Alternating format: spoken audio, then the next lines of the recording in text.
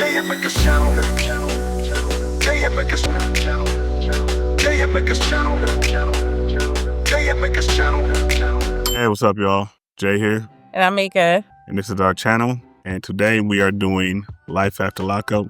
If you don't know the episode 8. I already looked it She up. knows the episode. All right, take it up. Yeah, so it starts out, I thought they weren't going to be on, but Kiana, Joella, and Demadrick, they start off the show, and basically what ends up happening is it starts off with Demadrick and Joella still in the backyard talking about her car and who vandalized her and whatnot. The whole point of this episode was I got a visit from an investigator that was hired by Kiana's lawyer.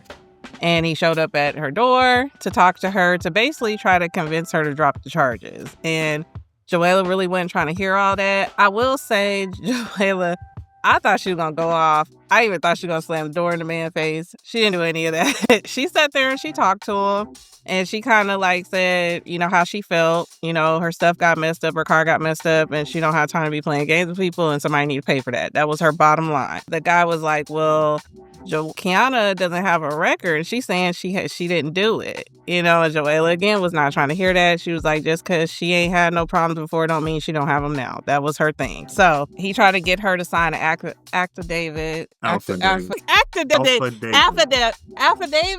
It's affidavit. He tried to get us on an affidavit. No, it's affidavit. He tried to get us on an affidavit, and she did not sign it. She basically was like, why should I sign this? And he was like, well, it'll stop the case. You don't have to deal with this anymore. And she was like, no, that means she don't have to deal with this no more. And so he was like, look, think about it type thing. And she basically was like, look, I'll think about it only if they pay for my stuff. She was like, I lost my stuff for school because I guess she's in school for like cosmetology or something like that. She's like, pay for my school stuff that was taken, and she needed an apology. She wanted a one-on-one meeting with Kiana. I didn't understand that. And she basically just was like, I just feel like we need to meet up. And you know what? Now that I think of it, that might be a good idea, and leave him out of it so that they can actually talk, hopefully in a civilized way. But that was pretty much what happened with them on this episode. Yeah, nothing happened with them. That's something. Nothing, that's, you know, but I mean, it is what it is. I mean, we'll get to it once this kind of filler, you know, she got pulled over by police, like she said. The, you know, private investigator came to see her, you know, Drake and Kiana doing their thing.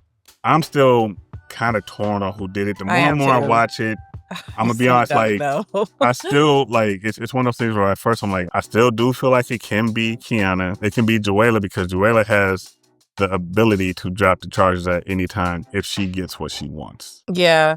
So she does have the ability to make it go away if she gets what she wants, which this episode she kind of started to push for. Demadrick, the only reason why I think he could have done it is because of the video of the night and him probably being mad. Who knows? He could have been tipsy.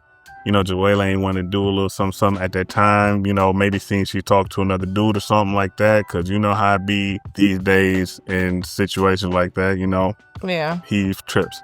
Kiana could have gotten her feelings, did something. She has had a propensity for drinking. We've seen in the past. Could have gotten mad, could have went and did something, and now she regrets her actions. Who knows? We'll figure it out. Whatever. I really don't care at this point. Just show us who did it, and let's see these two women face to face, and let's get past it. That's kind of how I feel about them too. We got Bianca and David. Bianca and David. They went back to Florida. And she David went back to jail. Did. There we go. Did like he? Their story is Not much long after Bianca left. Yeah, he went it was back like to jail. 3 weeks, I think. Yeah, he was back, and it was for him drinking. He got pop positive for drinking, so that was that. Yeah, so there's not. I mean, that's the route they were on anyway. So, yeah, you know, them two. Zahara tells Troy that she's pregnant. So yeah, you know, congratulations to them. They already had their baby. It was announced. Okay.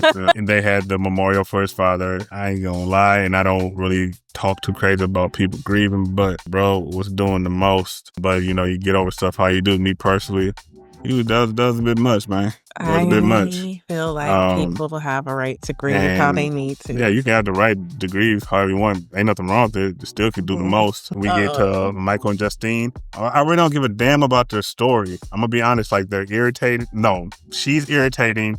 And now it makes total sense seeing that his family, he comes from a family of money. But now it's making a little bit of sense why she is kind of how she is. still does not take from her irritation to me. I do not like watching their segments of the show. I have not liked watching their segments of the show since it came on. And just to add context to what the actual part of the show was about for them, they were looking at wedding venues in New York, trying on wedding dresses and whatnot, and that was... Yeah, for two people that are married already, and she's wanting to, with triple the price of every 9 kids.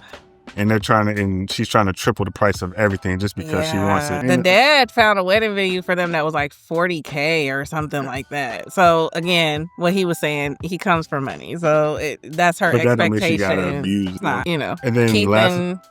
Latricia. Latricia is dealing with some legal stuff, I think because of her business that she had. Did she have a tax business or something? Anyway, she did some faulty, possibly alleged stuff, and it sounds like some alleged fraud. She's in trouble with the law. Potentially, they may be switching spaces. He didn't got out. She might have to go in type situation. So she got a phone call while she was out because she's now working out of she doesn't have an office anymore. She had staff in the office. She lost all that because of whatever it was that she potentially did or allegedly did.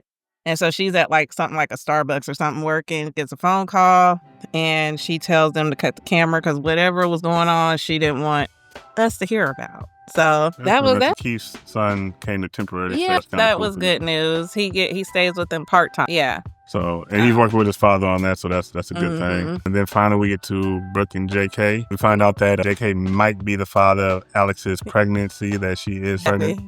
I don't know. Here's the thing, they do what they do. She does what she does. He ain't been out that long. She done been pregnant twice. And she's for sure the first time it was his. She had a miscarriage. Now this time, she's not sure. It could be 50-50. Got with another dude. Because she got with another dude. And this, and that, another. And all this other stupidness. And, I guess JK winning, if you want to call it that. I don't know.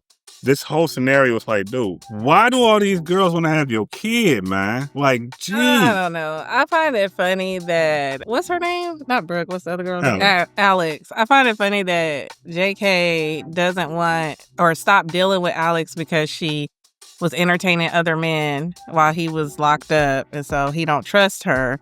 But then you get out and you sleep with her, get her pregnant. She loses the first baby, which we found out he was aware of that and knew about the miscarriage. And he was not there for her during this miscarriage, which is, oh my goodness, that's bad. But I find it funny that he is now possibly the baby father because she done messed around with another dude, which... he really don't have no room to talk because he's with Brooke and he don't have no business sleeping with her anyway.